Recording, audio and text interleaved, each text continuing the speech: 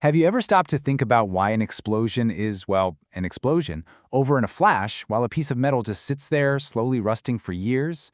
What's the secret? What's controlling the speed of chemistry itself? Well, today, we're going to dive in and unpack the science that makes some reactions fly and others crawl. So, look at this. On the one hand, you've got this wild, foamy reaction that's over in seconds. And on the other, you've got the slow, creeping process of rust.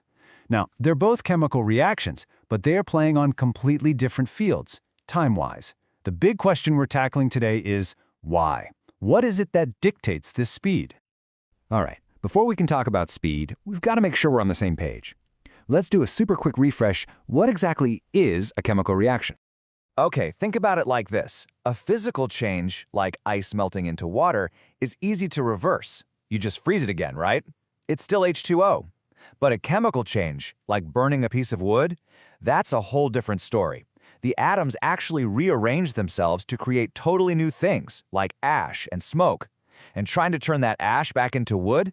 Yeah, good luck. It's these kinds of changes we're talking about today. So what kicks off this whole atom rearranging business?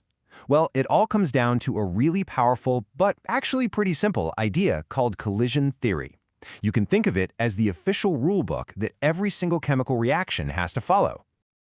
Let's just ask the question straight up then. Imagine you've got a bunch of particles floating around in a flask. What really needs to happen for them to actually react and turn into something new? Because it's definitely not as simple as them just being in the same room together. And here are the 3 golden rules. First, and this is kind of obvious, the particles have to actually collide. They have to bump into each other. Second, they have to smash together with enough energy to break their old chemical bonds. We call this minimum energy the activation energy. It's like striking a match. You have to give it that initial burst of energy from the friction to get the fire going. And third, and this is the tricky one, they have to hit each other in just the right way, with the perfect orientation, kind of like 2 puzzle pieces clicking into place. So here's the cool part.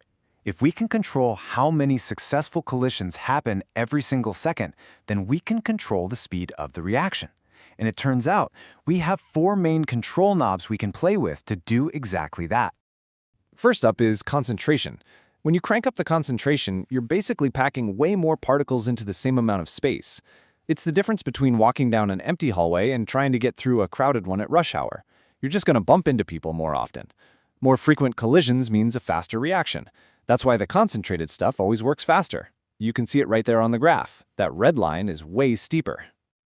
Okay, knob number 2, surface area. This one is super important for solids. See, a reaction can only happen on the surface of a solid. So if you take a big cube of something and crush it into a fine powder, you've suddenly exposed way more particles to the outside world. It's why powdered sugar seems to vanish in your tea while the sugar cube takes forever to dissolve. More surface means more spots for collisions to happen. Now we get to temperature, and let me tell you, this one is a real powerhouse. It gives you a 2-for-1 deal. First, when you heat things up, all the particles start zipping around faster, which means they're going to collide more often. But, and this is the big one, they also collide with way more energy. So a much higher percentage of those collisions are actually going to have enough oomph to get over that activation energy barrier. It's the whole reason we cook food, to speed up those chemical reactions, and why we put it in the fridge to slow them right down. And our final knob, the catalyst. A catalyst is basically like a chemical shortcut. It doesn't get used up in the reaction, it just provides an easier path for the reaction to take, a path with a lower activation energy. It's like a guide showing you a secret tunnel through a mountain instead of making you climb over the top. And they are everywhere. Your car has a catalytic converter, and right now, inside your body, little biological catalysts called enzymes are speeding up all the reactions that are keeping you alive. Okay, so we've got all this great theory, but how do we actually walk into a lab and measure how fast a reaction is going? Let's take a look at a few of the classic ways scientists do it. The core idea is actually really simple. The rate of a reaction is just the change in some property you can measure divided by the time it took for that change to happen. That property could be how much product you've made or how much of your starting material you've used up.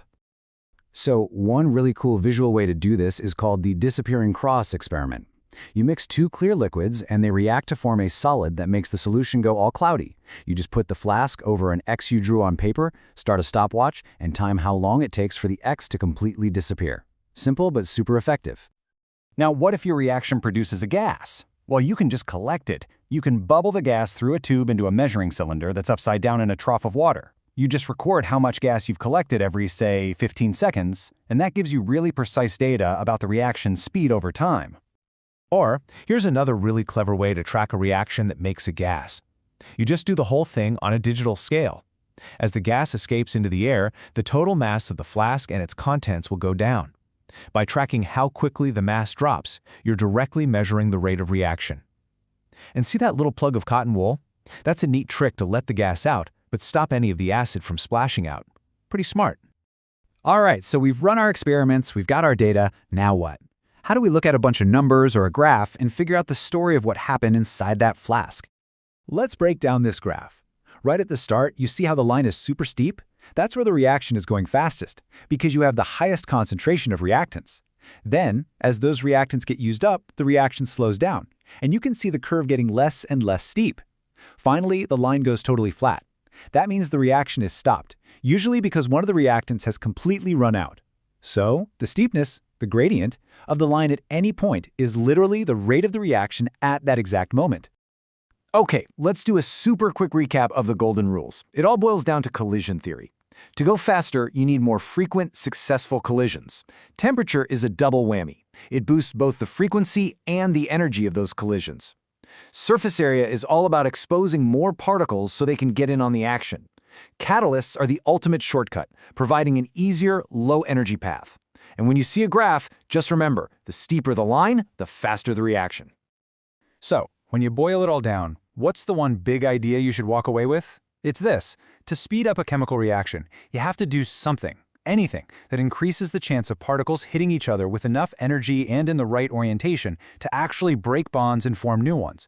Whether you're heating something up, crushing it into a powder, or adding a catalyst, you're just gaming the system to make those successful collisions happen more often.